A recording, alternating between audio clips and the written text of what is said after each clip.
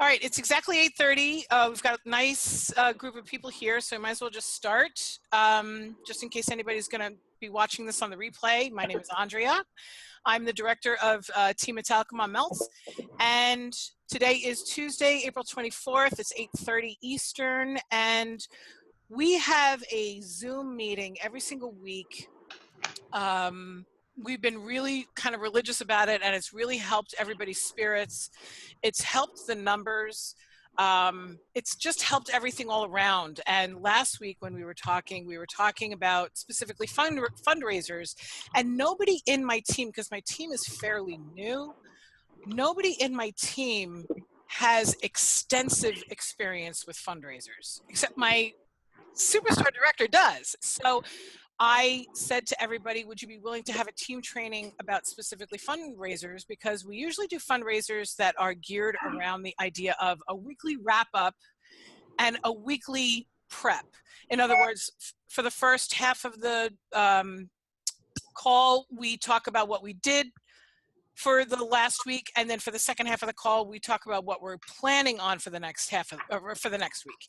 And so this is a new sort of format for us to be talking about a specific topic, and it not necessarily be about what we did and what we're doing. And Veronica in particular had talked about doing a Scent Circle fundraiser. I think, I'm not sure if somebody brought it up, but I was specifically considering doing a Scentsy Buddy or Buddy Clip fundraiser. And I've seen videos from Edie in the past that said that if you want to maximize the PRV that, you know, it can be generated with a fundraiser, you use the showcase catalog. And I did do that. I did that in my last fundraiser. It wasn't the most exciting fundraiser in the world, but you know, these things can ebb and flow, whatever. So we decided that we wanted to do a fundraiser-based training. So I asked Edie if she would be willing to be a guest speaker, and then we invited the whole kit and caboodle TPS family. So here we are. I'm wondering if Edie would be able to sort of start off the talk about the difference between having a product-specific fundraiser and an entire catalog fundraiser. Yeah, sure. Absolutely. Fundraisers is how I got into Scentsy. I don't know if you guys know that, but part of my story is that two fundraisers. My son lost a friend of his. He went missing for approximately 3 months. And during that time, we had done a fundraiser for his family. And my sponsor had done a fundraiser, not me. I bought from the fundraiser. But that's how I was introduced to Scentsy, was through a fundraiser. My daughter had a fundraiser when she was a sophomore, and I was a good mom. I bought myself a pot, is what I called them back then. They weren't Scentsy warmers. They were just a pot that I warmed wax in. And then I did a fundraiser for our local town here when we had a fire that devastated a good part of Main Street. So fundraisers has been a huge part of my business. And when I say huge, I mean $7,000, $8,000, $9,000 fundraisers. It is probably one of the best ways to get your business started if you're new, because you're going to get in front of people that you would never, ever have gotten in front of in the first place. So I always encourage new people, because they always come back and say, but I'm new. I don't really, you know, I don't really know the program enough and this and that. Well, guess what? Fundraisers are the best way to grow your business significantly, quickly. Okay. So to answer Andrea's question in regards to the differences between the types of fundraisers, obviously the outcome is the same because we want to raise funds for organizations, but how we present it to them is what makes a difference for the income that you get from it, the number of customers you get from it, the diversity of your customers that you get from it. So when you look at a specific product, there are times and places for these types of fundraisers. So don't get me wrong, they work, but I think that there's a specific time and place to run specific types of fundraisers. And I'll share with you why. So let's take Scent Circles. I think Scent Circles are brilliant fundraisers when you're doing fundraisers with little children. Like I'm talking like kindergarten or below. Okay, when they have their clubs, when they have their things that they need to do, they only have one real product that they need to really think about, and you can give them one so that they can show when they're going to see Nana or Grampy or whatever. So, and it's one of those things that when you're getting approached by a child that young, you're typically going to buy. And so in this way, when you're doing a Scent Circle fundraiser, they're going to get a product that they're going to like anyway. And it's a simple product. They know how to use it. Most people have cars. And if they don't, they can, hang it somewhere else.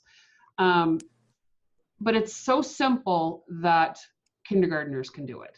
Okay. So just keep that in your mind. Not that it can't be done by adults, but I'm going to show you why I personally feel that single product fundraisers are very limiting in your growth of your business, not just the amount of funds that are coming in, but the growth of your business. Okay. So if you think about grandma, who's buying a 6-pack of Scent Circles, they're not really being exposed to too much in Scentsy, so they're probably not going to come back and buy from you. They did this as a favor for that child that came to them. So there's just not a lot of that repeat business that you're going to grab from somebody who bought a 6-pack of Scent Circles, which I would remind you could potentially last them for 6, 7, 8 months, right? So that repeat customer is not going to be right there. Let's say you do, well, first of all, we used to do Scentsy Buddy fundraisers, and that was only in the time that we had our 5 main buddies that we had all the time, like Ribbert and the Lion and Penny the Pig, and they were there all the time. We knew that they could be fulfilled when somebody ordered them. You can't do that now, right? Because they're a limited time. Somebody's going to order Benny the Whale, and tomorrow it's going to be sold out, and now you're having to make a gazillion phone calls to people saying, okay, well, the buddy that you ordered sold out, which would you like now, right? So that's something to think about. Buddy clips, that's a potential single product fundraiser, and now we're getting into the price point of a product that's higher. So your income based on one purchase is going to be higher with a $15 buddy clip, okay? But if you're only offering buddy clips, you're probably only gonna get a $15 sale per person, okay? Unless Nana's got 16 grandchildren that she's buying for. And that doesn't normally happen. So, here, that's where those limitations come in when you're doing single product fundraisers. It's not to say that third graders might be successful at doing a buddy clip fundraiser. Again, it's the lower age groups that tend to do better with the single product fundraisers because they're simple, they're easy to explain to people, right? And it makes it just, they can show them a picture, or maybe they have one or whatever, and just say, hey, Nana, this is what you're buying. Which one do you want? When you're doing a full product catalog, what tends to happen is you're opening your repertoire of customers to a wide range of types of products, especially for Scentsy, because we've got laundry, we've got skin and bath, we've got kids, we've got home being the diffuser side with the oils, and then we've got the warmers and wax. And so you're opening it up to more types of purchases from people that are actually interested in the product that they're going to buy. And they're not just buying it because it's a fundraiser. So when my daughter had her fundraiser back in her sophomore year, It was a full catalog fundraiser, but back then they only had wax and warmers and they only had buddies, right? We didn't have layers. We didn't have the body and bath products. We didn't have any of that. So I bought a wax and warmer. It's a consumable product, the wax is, and if you bought the warmer, a lot of people are not going to want to waste the fact that they spent $20 or $30 on a warmer. So they're going to want to replenish that wax, and they're going to fall in love with it anyway, right? We know that that happens. So now, having the gamut of body, bath, kids, diffusers, I mean, we've just got such an array of products that we're bound to hit somebody's niche. And then what happens is then when you're bagging up the orders, you give them samples of things that they did not buy. And now you're opening up their senses to trying something different and creating a new customer that's going to want to try and buy, right? Or buy and try, whatever. The other thing that I have experienced, and especially now that Scentsy's getting a little bit more known, I mean, there's still a lot of people out there that don't know what Scentsy is, believe it or not. But because it's a little bit more well known, and so let's go to the showcase brochure that Andrea was talking about. I don't use the catalog because it's too bulky, first of all. And this is just a much more simple way for, you know, the 7th grader who's doing a fundraiser and goes to Nana's house and says, here, Nana, take a look at the book. And so now you're sitting there for an hour because it's about as long as it's going to take for them to go through the book, right? And then they get the fold out on the end, and they don't realize that some of it they've already seen inside the book, but there's some stuff in here they haven't seen. So it takes long, right? This is not a quick thing. And typically in a fundraiser, you're only going to give them one because they're going out and selling. So the beauty with the showcase brochure is it's a quick synopsis of everything that we sell, right? And now Nana only needs to look at 4 different pages. And that's a lot less, it just takes less time because you're able to, you know, scan the pages rather than having to look at each single one and going through, right?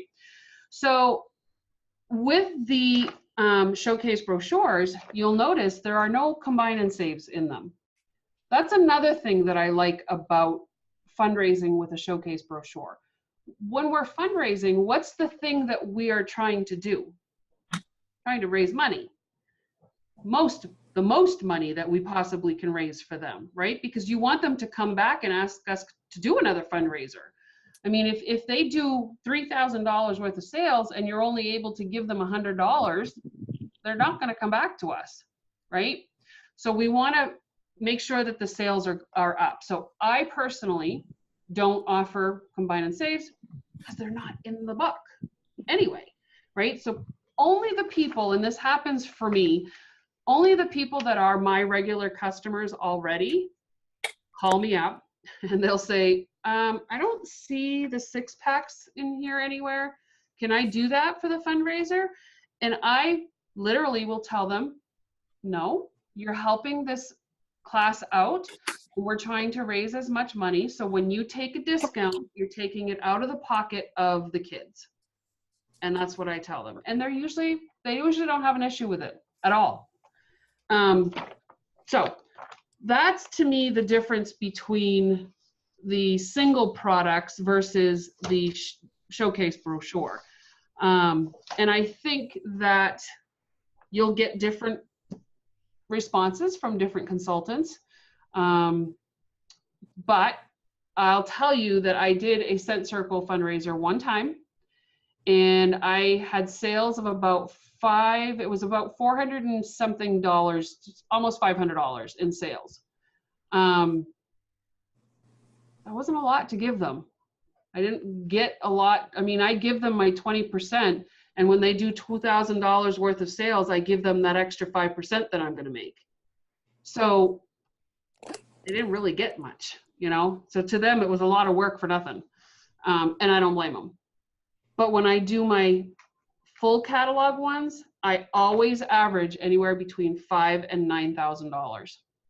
So, and listen guys, I live in a town, and my neighboring town is where I do the fundraisers. They still only have 4,500 people in that town. And we're able to do $5,000 to $9,000 worth of sales. It's kind of speaking for itself, you know. So are there any other specific questions, Andrea, that you want me to answer? Well, we did talk specifically about if you are savvy with PicMonkey or Canva or Photify, that maybe you could make your own fundraiser out of, like, a plugin and a bar is $30, because technically it's $26, but that would include the tax, it would include shipping, whatever it is, like, you know, $30 for all the plugins and maybe 25 plugins and 25 bars, that kind of thing. It would take a little bit of time at the computer to make the flyer. It Yeah. would give people something that becomes a consumable. I just recently had, just so anybody who doesn't know, I just recently had a flop of a fundraiser. And it wasn't such a flop that it cost me a lot of money or it cost me a lot of time. It was an education for me, so I don't even think about it poorly. But the only people that bought were one mother who had experience with Scentsy and 3 of the faculty members. So the total of the 8th grade, which is 75 kids, was, I think it was like $370. It was nothing. It was, you know, comparatively, it was nothing. And Andrea, why do you think that they didn't sell? I think that because there is no Scentsy in my area. They looked at that showcase brochure and they were overwhelmed. That's what my gut tells me, even though it's dumbed down. And I get that. I agree with you 100% that even the scent descriptions are clearer in the showcase brochure than they are in the catalog. The warmers are right there. They're in price order, you know, that kind of thing. I just think that they didn't know what it was. And I think that, because I did a whole presentation to the 8th grade. They did an assembly and I was standing in front of them and I showed them 2 or 3 different kinds of warmers. I showed them a scent buddy. I showed them the Go. I showed them the pods. I showed them the bar. They're 8th graders. But they themselves didn't have any experience with Scentsy because there is no Scentsy in Queens. Robbie will tell you. New York is completely unsaturated. And I've said this to so many people who are my customers who they're like, I don't know if I want to be a consultant. I'm just like, are you kidding? I really think that if people have no idea what the product is, then the showcase brochure isn't 100% clear. The full catalog is, because it's got those nice little illustrations and stuff like that. But even then, all I'm saying is that I do think it's possible to have a consumable type of fundraiser if you are savvy enough to make a flyer with plugins and maybe 20 cents a bars. Right. I actually I used Excel. I didn't use the picture programs. I used Excel and I created a fundraiser for the Scentsy Go. And so the Go and the pods are all listed on there, and all they had to do was at the top pick silver or rose gold. And then all of the scents were listed. It looked like a Girl Scout cookie order form, honestly, because it was just, you know, the names of the people were here, and then what they wanted was in this row, and then at the end they had to choose what kind of, you know, what color Scentsy Go they wanted. So I have not had a lot of experience with doing that, though. Right now, I actually have that proposal out to a dealership.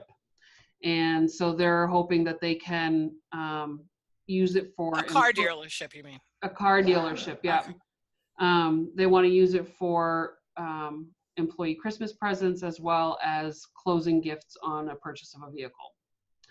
So that's still up in the air. I don't have experience for that to share that with you. Now, I will say that the 8th grade class that I do, because I do the 8th grade class and I do the freshman class. Freshman class is always lower than the 8th grade class. And my reasoning for that, I believe, is the freshman class is raising funds for their senior prom and project graduation. Freshman year, they have no ownership to that yet, right? So they just do whatever. And a lot of them just came out from doing a fundraiser in the 8th grade with us and then going into freshman year. So I think that's a little bit of that. But the 8th grade class, every year what I do is I go and I do the presentation like you did, Andrea. But I wonder if there can be some key components that are added to that presentation that you would do in a home party that may not have gotten done in the presentation. Now, I only get 10 minutes. I get 10 minutes of the assembly, and I gotta talk fast, and I gotta make sure that I'm talking about the things that they care about. So the first thing I throw out into the audience is a buddy clip, and they pass it around, and they talk about it, and they feel it, and they smell it. I always go with some little testers. I throw those out into the audience, and they get to pass and smell those around. So there's some tactile. Yeah. Huh? I didn't do that. I should have done that. Well, I mean, I think what happens is there's some tactile senses that are being ignited when we do that we also do in a home party or even at an event. You know, no matter where we are, we want to get the smell under their nose. And those foot soldiers that I call them, the ones that are going to go out and sell, really have to be sold on it first. Right? And so the best way to do that is to put the scent under their nose. So that could be a component that gets added. I also feel, and I don't know if, I think Andrea, you and I had talked about this. I might have even given it to you. But especially with school-age children, money talks. They love to win money. And so I pit them against each other. I will, you know, if there's homerooms, which most of the time there are, I'll put the homerooms against each other and say, okay, well, whoever gets whichever homeroom gets the most sales, I'll give them a pizza party, or I'll, you know, give out some gift certificates or whatever. I mean, it depends on what I think they're usually pizza talks to teenagers. So, but then on top of that, I do prizes for top 3 in sales, and they get Amazon gift cards. And then, and I have, this is in our TPS family group, by the way. This is the helpful info for fundraisers, and this is what I put in their packets. And so there's a grid on there. I don't know if you can see it. Okay, and the grid basically has top 3 depending on group sales. So if they have $1,000 to $3,000 in sales as a group, they're going to get a $30, a $20, and a $10 Amazon card for the top 3 people. And then it goes up as their totals go up. I mean, if they have a $20,000 fundraiser, I'm giving away a $100, $70, and a $50 Amazon card. But the commission on a $20,000 fundraiser is going to be very helpful to take care of that, because I don't give them all my commission, right? I give them 20. And if they sell more than 2,000, I give them 25. So I still get 5% commission to work with. And I do that on purpose and strategically so that I have money to pay for my brochures and envelopes and all of my materials and the prizes. So for that age group, I just think that dangling the carrot in front of them is very advantageous and can make them want to sell, right? But you're always going to have those non-motivated people, kids that just are not motivated by sales. They're not motivated by winning things. They're not motivated by that. So you're going to have a balance. I mean, let's say I send out 75 packets. It's pretty average to get anywhere between 50 and 60 back that are completed. And some of those, like maybe even 5 of them, have like 1 sale of something that mom and dad bought to say that they did something. You know what I mean? So it's inevitable that not everybody's going to buy. But then I do stuff like this. Students will receive a free gift for each diffuser sold. Customers will receive a free gift for each diffuser purchased. So that's a big sale, right? And it's a motivator because a lot of times I give away buddies or bunny clips, and they love those, especially the 8th graders. I don't know what it is. That age is just, they love that. So I think it's really important to connect with the kids, because they're going to be your little employees. They're going to be the ones that are out there selling. And that goes along with, you know, doing a fundraiser for an organization that does not have children, that has volunteers. Those can be tough, because you seriously, Robbie and I were just talking about this, you seriously need to find foot soldiers for any fundraiser that you're going to do. And foot soldiers are people that are going to go out and actually do the selling for you. Because if you're the one that's doing the selling for the fundraiser, it's not going to do very well, because you're going to be aiming at your regular customers, right? And that just, I mean, eventually your customers are going to be like, look, enough. You know, I bought enough from fundraisers from you. So it is super important to always have at least, you want to aim for at least 5 people that are going out and selling on behalf of that fundraiser. Okay. Edie, I have a question for you. Yeah.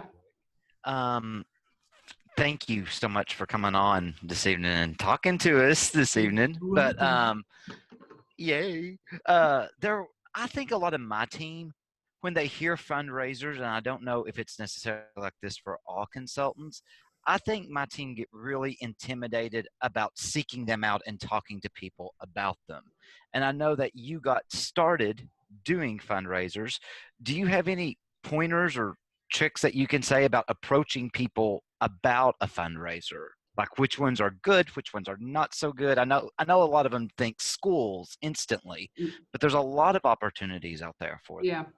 I mean, I think the ultimate answer to that question, John, is the same answer when people say, how do I get more customers? Right. I would agree. I would agree with that. Got to ask. And you've got to be confident in your product, because when you're confident in your product, it is so much easier to talk to people. And I think that newer people are a bit more intimidated only because they're not 100% confident in their product, right? I would agree. People are going to ask a question that we don't have an answer to. And here's the irony. We all have mobile devices nowadays. So send a quick message to somebody and say, hey, they just asked me this question, and let them know. Be vulnerable. You know how many times I've looked at somebody and said, I have no idea. Like, I can find out for you, but I seriously have no idea what you just asked for, right? It's okay to be vulnerable like that. We are human beings. We're not machines that are supposed to know everything about our business, everything about our business. That's just not the case. So that part of it needs to be a mindset that we get into and just say, you know what? I'm just going to do this. I know enough about Scentsy. I feel comfortable. The reason I joined is because I loved it in the first place. So just take that passion and that knowledge and move forward and talk to people. Talk to people. When you don't talk to people, you get a no every single time. Well, and I got a lot of like consultants that they're wanting to grow their customer base. And one of the ways I do, you know, even with me, is I will sit there and, you know, branch out at home parties and things like that. And that's essentially pretty much what a fundraiser is in Scentsy world. And they struggle with knowing how to do that. So what I always tell them to do is just ask where it's always going to be no.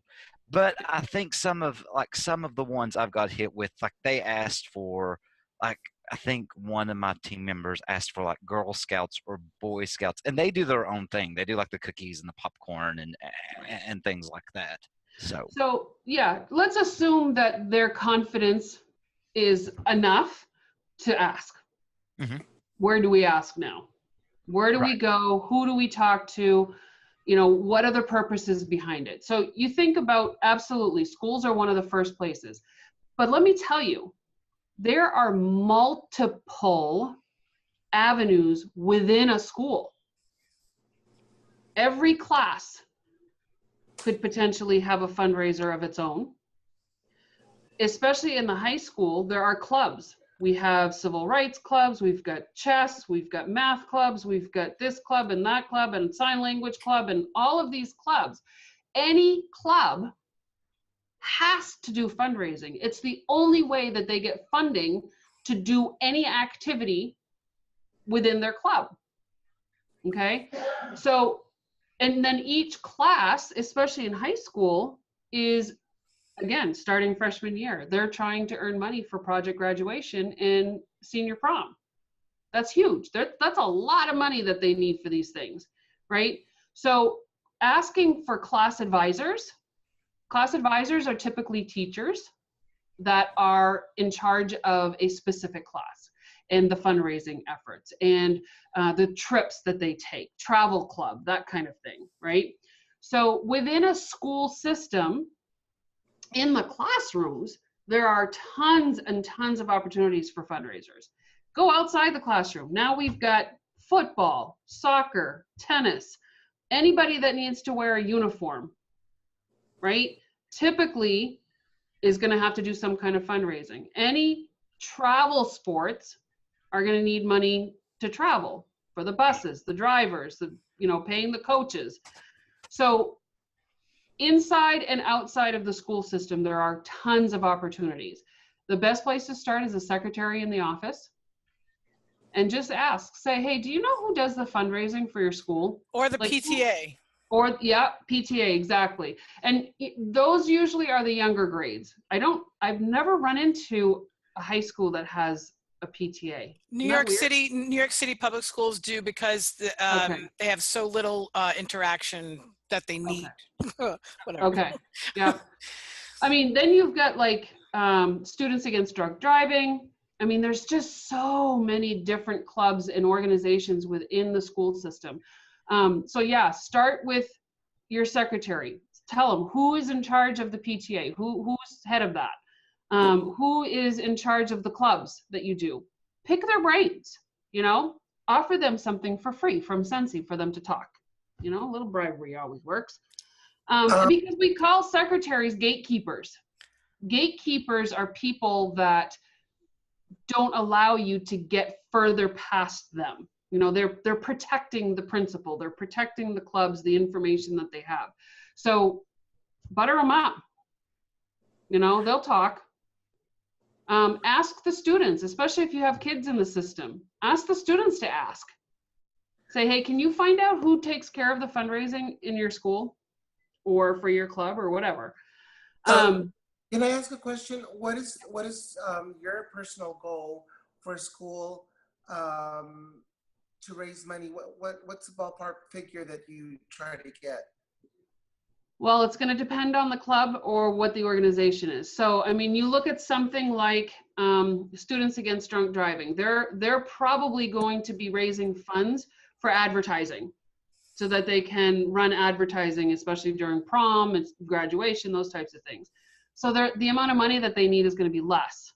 But then you look at somebody like the freshman class, the sophomore class, junior class, senior class, they need $10,000 for project graduation. They need to raise $5,000 for prom, you know? Have you been able to raise that type of money with? Well, we don't raise, we're not, it's not typical for one fundraiser to raise the amount of funds that an organization needs typically, which is why students come home with chocolate and popcorn and cards and wrapping paper, and because they've got to do multiple ones to earn that money. So no, I've never been able to do a fundraiser that provides them with the full 5,000. It just doesn't happen. I was saying, because if Andrea would have set a goal for so many students, and each student felt the responsibility to come, you know, to contribute to the fundraiser, that could have helped everybody to get on board. It can. Just in my defense, I did. I stood in front of them and I said, listen, there's 75 of you. If half of you sell one warmer and one bar of wax, you'll be raising this much for your prom.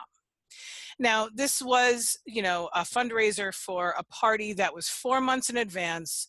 13-year-olds can't think 4 months in advance. They want the skateboard or the smartphone in their hand right at that second. So I literally copied and pasted the chart that you had. that chart starts at $1,000. Like when your party hits $1,000, you get this much and this much. And it didn't. So I gave a cent circle to the kid and I gave a cent circle to the parent.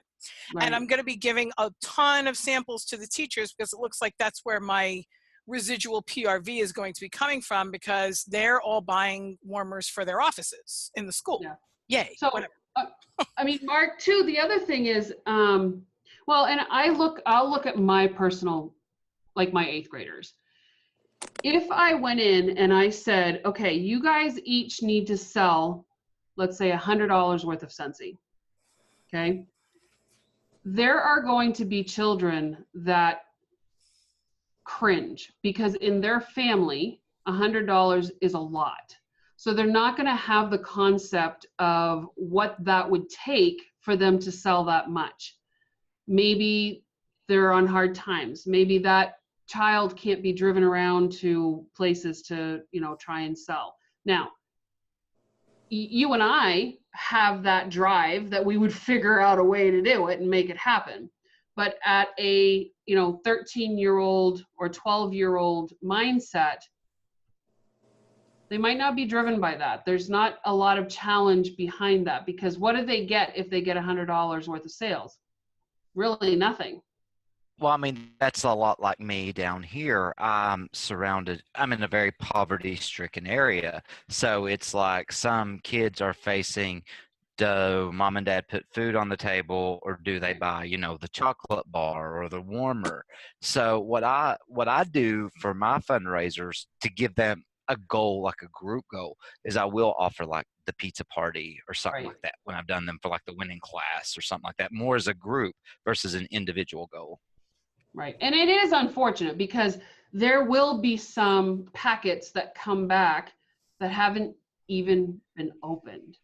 So, I mean, it's very hard to know what will motivate 75 students, all of them. You know, you're going to hit a majority. And I think out of 75 packets, if 50 or 60 are coming back for me, that's a pretty good percentage of children that have partaked in this fundraiser. Are you also doing a party link?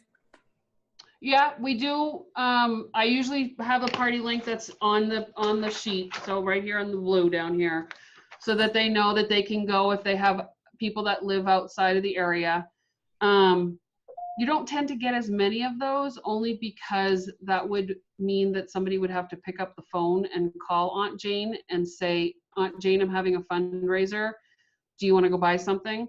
Some will do it. I asked the principal if I could have an email from each kid in order to give them a packet. And he was like, no, because it looked like I was going to be soliciting to the children, Right. like as consumers, you know, Right. as if they were adults. So, and I guess it was like a breach of privacy too, or something like that. He could have done it though. And I've had my class advisor, Don Chernard is my class advisor, and he actually has been very much an advocate for me. And I've worked with him now for 5 years. So we've gotten to know each other. And so he will send out an email to his class and say, okay, this fundraiser has begun. So that's what I mean. The more advocates that you have on your side that understand the product and understand what they're working for, gives you a better chance at having a much more successful fundraiser. See, that's awesome that he was even willing to, you know, do the email, because then all it is a forward.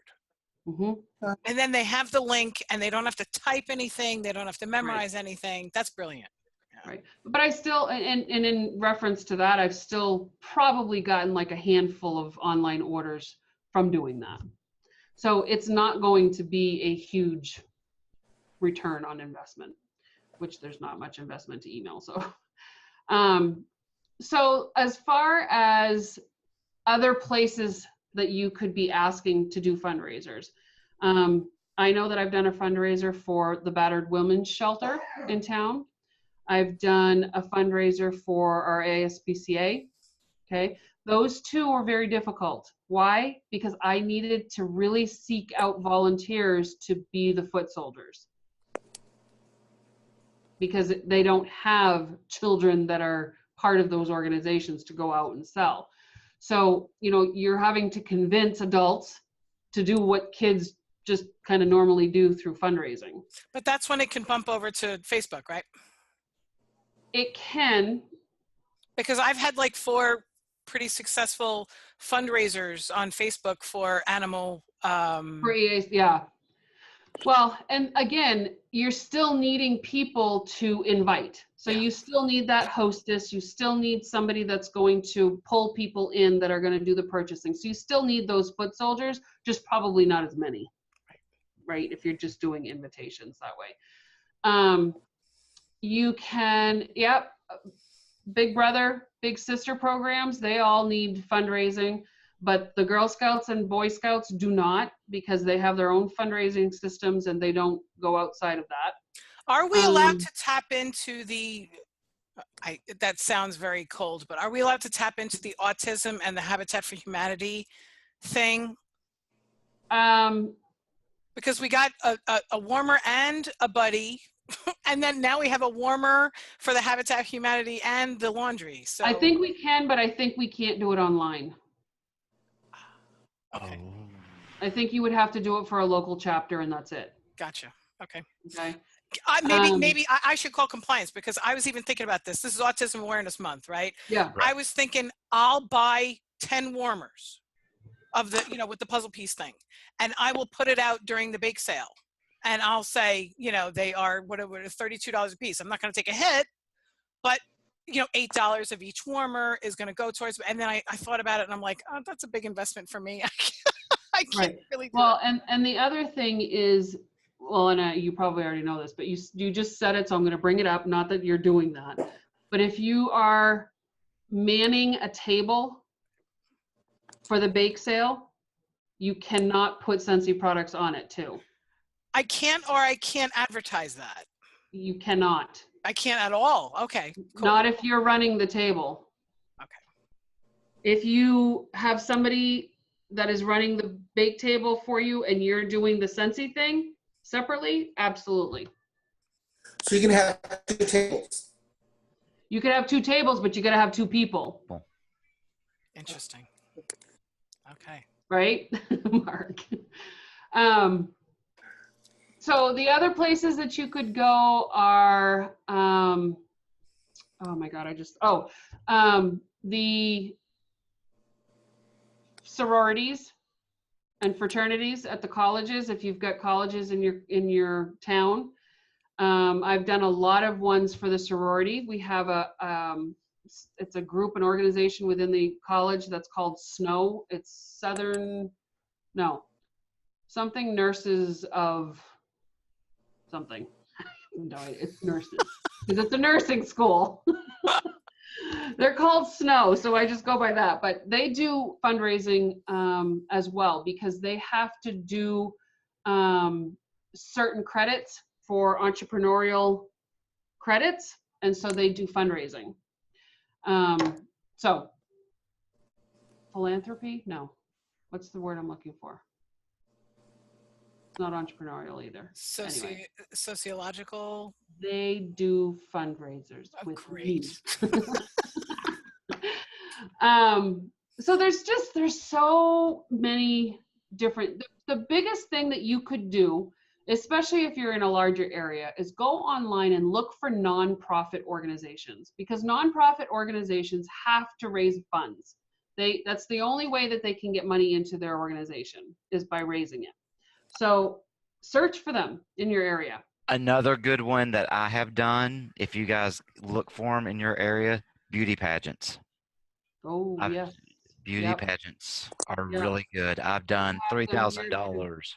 Yeah, we have them here, and they're usually pretty good too. Usually what they call me for is they're doing silent auctions. So they're asking me for a package, like a basket or something, to donate. And so I do that a lot. So like I have a young guy that just came to me and said, will you donate something for a Mother's Day raffle that we're having at school? Sure, absolutely.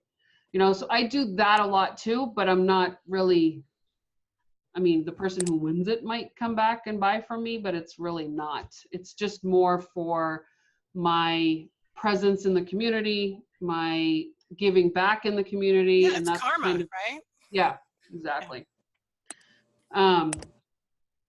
So I did a special with my whiff box and could not put a specific autism. Does anybody have any specific questions? I'm reading on the chat. April was saying that she did a special with her whiff boxes and could not put a specific autism group I had to say I would donate my commission to my son's name to the organization of the choice. I think they're very, very, very, very touchy.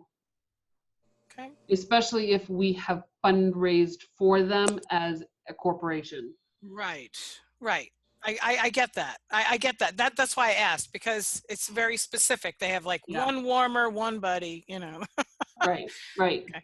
But we're allowed to, you know, say to everybody who comes up to the table, by the way, we have this thing. I could probably display one, right? I mean, Absolutely. Yeah, absolutely. And you can talk about it and you can say we're going to give $8 worth of the sale to the, and it's through corporate, not through.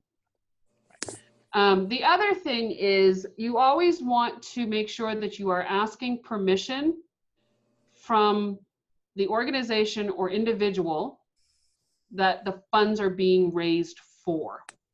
So in the past, there have been times where somebody had cancer and they were traveling back and forth to the hospital and the family was struggling, and so they wanted to raise money for the family. It is perfectly fine to do that, but you need to ask the family. You can't just do the fundraiser and then, woohoo, here you go, here's $1,000. Because it's basically, one, it's to cover your ass. Because there have been times I actually had to call the police on one of my Scentsy consultants once, because she was going around saying that she was doing a fundraiser for a little girl in town that was had cancer. And she never gave the money to them because she never asked. And I mean, it was even as bad as she took the money from the customers and never gave them product. So she didn't give the product, and she did not give the fundraiser. What the hell? that's terrible. Well, you know, So I called the police again, on her, karma. and she got taken care of. But that is why you get to cover your ass. So you need to make sure that you're asking the person, are you okay with me raising funds for you? For the, you know, for whatever it is that you're going through. Because I've actually done that. I've actually gone to a parent of a child who was suffering from cancer, and she was like, you know what, Edie, I really would rather that you didn't. Our insurance is covering all of our travel. They're taking care of, you know, all of this stuff. We don't really need to do that. And so I gracefully backed down and I gave a Scentsy buddy to the little girl. I mean, I just felt like I needed to do something, and that's, you know, but it happens. So that's why it's so important for you to ask. So there's a lot of people that will come to me and say, well, can I do a fundraiser for the Diabetes Association? Yes, if you find a local chapter. And it's one of these things too, to where I think even though our intentions are good all the time, but depending on the cause, it could be, you know, salt in the wound a little bit sometimes. Or well, yeah, absolutely. And not just that. I mean, a lot of people could potentially look at that and say, oh, look, she's trying to get her stuff out there. So she's doing these fundraisers for all these organizations that we don't even have around here. Because I know that Scentsy had that thing too, didn't they? When like those floods happened in like Texas and things like that, those disasters, and they was like, you can't do fundraisers for this. Right. It's so, bad taste. It's taste. Yeah. Daryl, did you have a question? Along those lines, can you hear me? Yep. Okay. Along those lines, I had someone approach me who wants to do, we live in a retirement community, so very big presence of veterans, very big. And they do something called, I forgot what they call it, but it's where they take like 50 veterans to Washington, D.C. It's called the Honor Flight. So they raise money for that, and these veterans go for free. And my dad did it, so it's very near and dear to my heart. So I had one of my customers ask me if I would do one. In that case, even though she's part of the volunteer organization that works with them, do I still have to go to the main branch and ask their permission? Is there a local branch? Oh, yeah. Okay, so then you would be fundraising for the local branch. And as long as I'm doing it through that woman who is part of that local branch, I don't Yes. need to go to the higher ups and go above Right. her. I mean, because technically what needs to happen, the other thing is too, is I always set up a separate bank account just for my fundraising money, even if it's going through. You know, in other words, the money that they've paid with goes into the bank account and then I pay for the Scentsy. Even if it's just kind of going through that, I have a specific account that is just for fundraising. So it can be tracked for everything. Because I never ever want people to think, oh yeah, she, you know, sold this for $100 and kept 90. You want And an accounting. You want to be able to. Right. It's to cover our asses. But if she is part of a local branch, a local chapter, then you would be providing her with the money, correct? Yes. And then that would be distributed into that organization. Then yes, that's fine. Great. Thank you. Does anybody else have any questions? Like, real? Veronica. Yes. How long do you usually run? Oh, good question. For? Hang on one second. This is all I do all day long. Aquaman. She's a mermaid. She's gonna be a mermaid by the end of the month. I typically try to go no more than 2 weeks. Okay. And it really kind of depends on who and what has it. So like we have during our spring breaks, we have an April vacation. So a lot of times what I'll do is I'll say, okay, I'm going to give you the packages the Friday or Thursday before your vacation next week. You're going to have it all week during vacation so that you can sell to your aunts and uncles. And then you'll have it one following week after that. And honestly, that following week is just to remind them that they have a fundraiser, because sometimes they'll take it for that week and it'll sit on or in somebody's backpack and it won't even come out until they go back to school. So technically they're only getting really about a week, but we have a cushion, especially with students, we have a cushion of another week that I usually work with. But I usually will not go less than a week and more than 2 weeks. Yeah. Thank you. Okay. Yeah. Do you also limit your payment styles that you take on it, like personal checks or anything like that? Do you? I personally don't, John, because of how small our community is. I mean, they could write the check out to Shoeless Joe Jackson and I would still be able to cash it here. So That's how it is here too. I mean, down, you know, in other places, maybe in New York, you probably would want to limit that, but that is totally your call. Well, I just had them make it out to the PTA, and then the PTA cut me a check for the same exact amount of money. It was a clean And that works too. exchange, and they wanted it that way too. They didn't want me to have to be responsible and for. Andrea, you and I had talked about that, and that's a good point to bring up, because in my case, I have a company name. It's Beauty and Scents, right? So they write the check out to Beauty and Scents. It's comfortable for a customer to write it out to a business because they feel covered more. If you're writing it out to a person that they don't know, that can get a little hairy for some people. They might not feel comfortable doing that. Yeah. So, you know, like Andrea, what she did is she had them write it out to the organization, because a nonprofit or a club or anything, they always have a bank account. That's why they're getting funds in the first place, right? So they can write the checks out to that organization. The organization can deposit them and then write you a check or payment in however they want to pay you. And I mean, sometimes I can take a little longer, but other than that, it doesn't matter either way. It's what the customers and what the people that are doing the fundraiser want. And that's a good point to make too, because the more you network and get to know these people in the organizations and communities, the more leadway you're going to have with things like that. Right. That's a really good point. Yeah. It took me a year to get this fundraiser. The fundraiser still sucked, but the residual sales coming from that. Now I can have the warmer of the month in the PTA office every single month. Yeah. I mean, if you don't get out there and try to, meet these people and try to get them to know you and associate you with it, you're obviously going to have a harder time Right. with it, But I think the thing that I want to make sure that if you're listening to me now or if you're watching the replay of this, I want you to understand the impact that fundraisers can have on your business. Okay. One, you're giving back to the community. Okay. That's something that our ethos of Scentsy stands for, is generosity, right? So we're able to give back to the community. It's a good feeling to do that. But secondly, you're going to be getting your product and your business in front of people that you normally would not have ever reached, right? Exactly. Because these people that are out there, these foot soldiers that are out there selling for you, are going to get to people so much quicker than the rolling effect of a party to a party to a party to a party. Even if they don't buy. Even if they don't buy, absolutely. And one of the things is you think, okay, well, first of all, worst case scenario, in my class, my 8th grade class of 75 people, I have 75 parents that are now familiar with Beauty and Scents.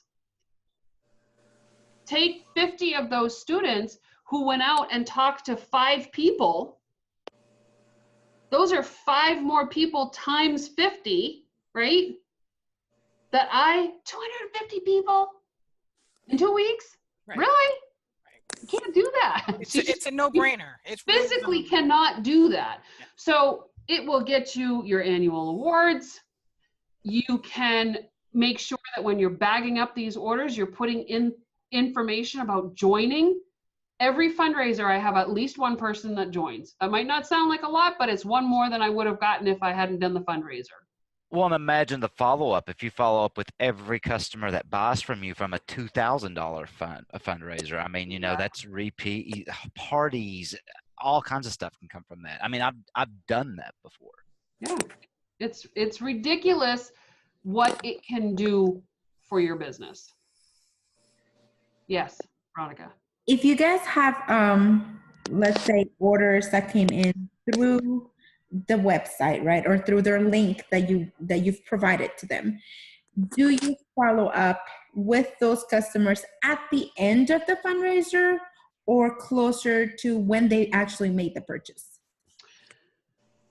I have a system that I use for my online orders. So your second option is probably what I typically do, because I follow, the certain 222 kind of a follow-up for my online orders. I do that for my personal orders too, but if you wait, there could be a 2-week difference and you might lose a sale just because you waited 2 weeks.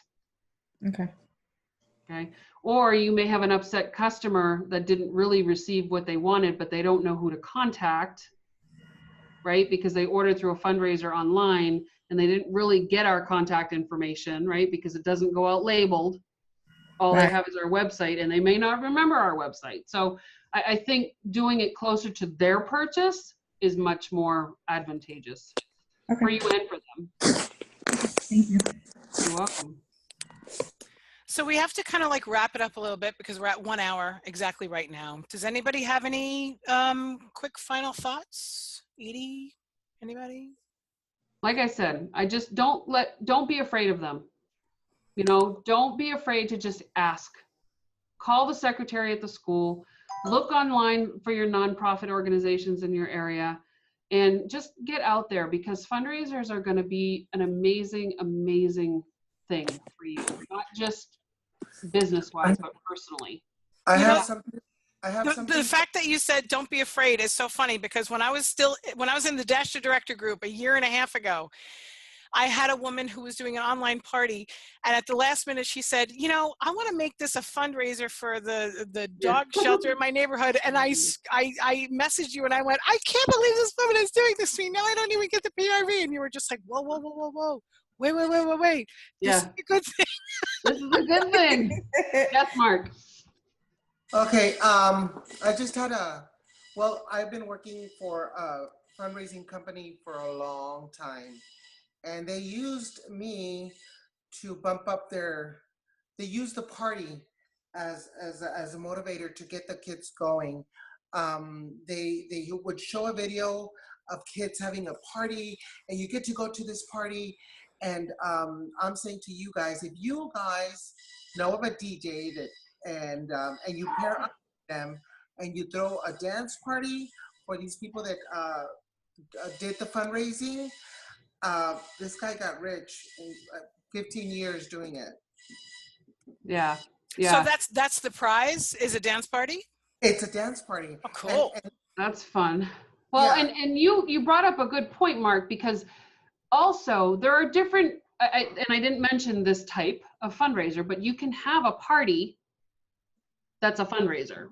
So it doesn't have to be, and this is something else. So for instance, with the freshman class, a lot of times I'll do the fundraiser. It'll be 2 weeks. We get all the product. I get all of the freebies, right? Because I get all the hostess credits. So on a $7,000 fundraiser, that's a lot of free stuff, right?